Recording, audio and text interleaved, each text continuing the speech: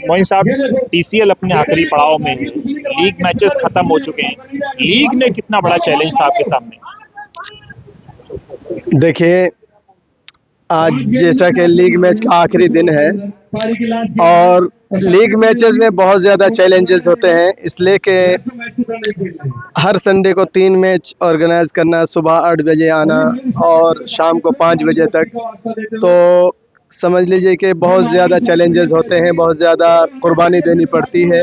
ये कुर्बानी सिर्फ हम लोगों की नहीं है, ये पूरे ट्रांसलेटर फ्रेटर्निटी की है। सारे लोग बड़े शौक से, जज्बे से इस टीसीएल में पार्टिसिपेट करते हैं और जो है हर हफ्ते आके अपना एंजॉय करते हैं और अपना फिटनेस और अपना जो एक्सपीरियंस है इस फील्ड में, खेल के फील्ड में, वो जाहिर करते हैं।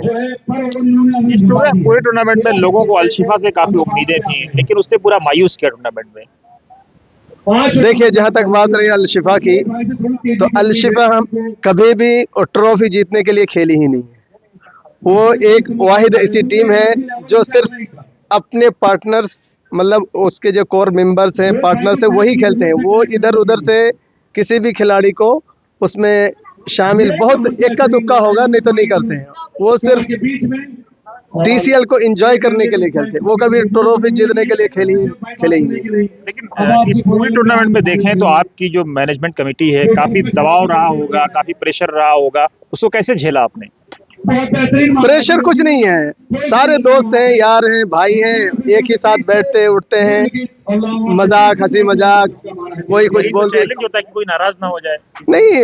अगर कोई नाराज होते हैं तो उनसे बात करते हैं, ऐसा नहीं। देखिए, कहीं पे भी जब ज्यादा लोग एक साथ होते हैं तो थोड़ी बहुत कमियां, मैं ये नहीं कहता हूँ हम 100% हम ठीक हैं, ठीक है, लेकिन अगर कोई कमी होती है तो उस कमी को पूरी करने की कोशिश करते हैं। अगर कोई नाराज है तो उनसे बात करते हैं, उन्हें समझाते हैं और हम सपोर्ट करने के लिए उनसे रिक्वेस्ट करते हैं और फिर कुछ ना कुछ हल निकल ही जाता है और बाद में वो हमारे सपोर्ट में आते हैं और पूरे सबके सहयोग और सपोर्ट से ही ये टीसीएल ऑर्गेनाइज होता है। अगर कोई टीम या कोई कंपनी इसका अपोज करेगा तो समझ लीजिए टीसीएल, फिर वो टीसीएल नहीं रहेगा। इसलिए कि ये पूरे ट्रांसलेटर फ्रेटर्निटी की लीग है, इसमें हर किसी को पार्टिसिपेट करना है और हर किसी को खुश करना है।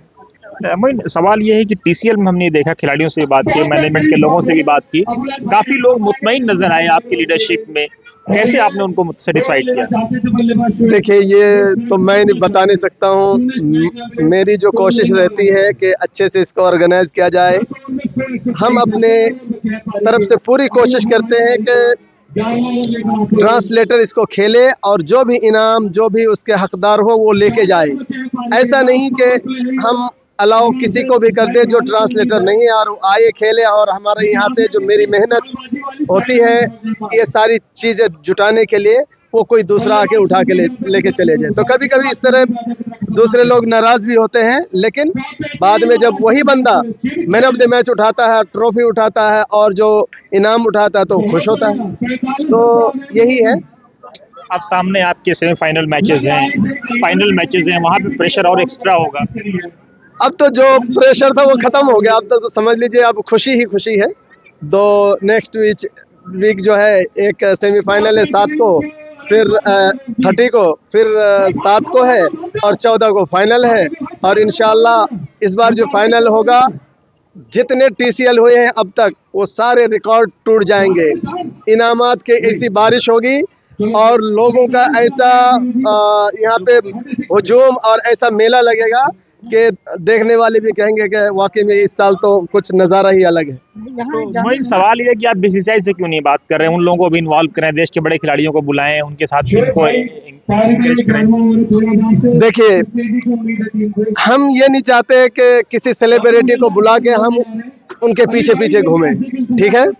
यूनिक देखिए आपके लीडरशिप में कि आपने खिलाड़ियों का हिसाब इमीडिएट कर दिया, कोई उधार नहीं रखा। ये बहुत बड़े दिल की बात होती है, मतलब गबन का इरादा नहीं है। देखिए भाई, मेहनत आप तो जानते हैं, सारे लोग यहाँ मदरसे से पढ़े हुए हैं कि मेहनत मजदूरी की, पसीना सूखने से पहले उनकी मजदूरी मिल जानी चाहिए। तो मैं यही कोशिश करता हूँ कि जैसे मैच खत्म, कहते सब लोग हैं, करते तो मैं रेयर देख रहा हूँ, मतलब आटे में नमक के बराबर भी नहीं तो मेरी आज नहीं, शुरू से ये प्रायोरिटी रही है। कभी भी अगर कोई इनाम की बात आई है तो ऑन द स्पॉट जो भी रहा है सबको दे दिया गया है। कभी ये कोई नहीं कह सकता है कि मेरा इनाम था और मुझे मिला नहीं। लेकिन आज तो खबर ये आई कि अलशिफा वालों से आपने रिश्वत ले रखी थी, कुछ जलेबी में मिला दिया कुछ? नहीं, उसमें देखिए, वो मैं अगरचे कमेटी का मेंबर हूँ, लेकिन मैं एज अ अलशिफा के ऑनर भी हूँ, तो उनको मैं आज सपोर्ट कर रहा था कि आप लोग कम से कम लास्ट मैच है,